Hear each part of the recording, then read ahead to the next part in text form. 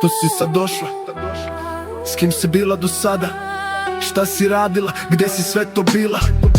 Na koliko mesta? S kim si pila i koliko mesta nisi obišla? Koga si videla?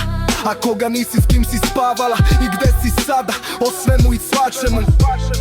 I u vezi s čim? S kim si pričala, s kim nisi? Ko ti je pričao o meni? Ko ti je pričao sve to? Kako si uopšte saznao sve to? Ko ti je pričao o meni? Ko ti je pričao sve to? Kako si uopšte saznao sve to? O svemu i svačemu.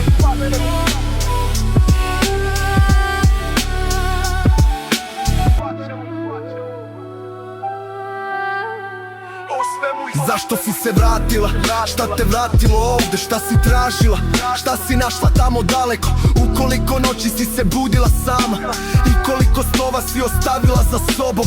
Koga si zaboravila, a koga još pamtiš? S kime si delila tajne i gde si ih sahranila? Svemu i svačemu i bez ikakvog razloga. Šta si slušala? Šta si pevala u tišini? S kim si plesala do zore bez daha? S kim si čutala kad su reči bile previše? Ko ti je šaputao laži? Ko ti je obećao zvezde? Kako si uopšte verovala u to, u sve to?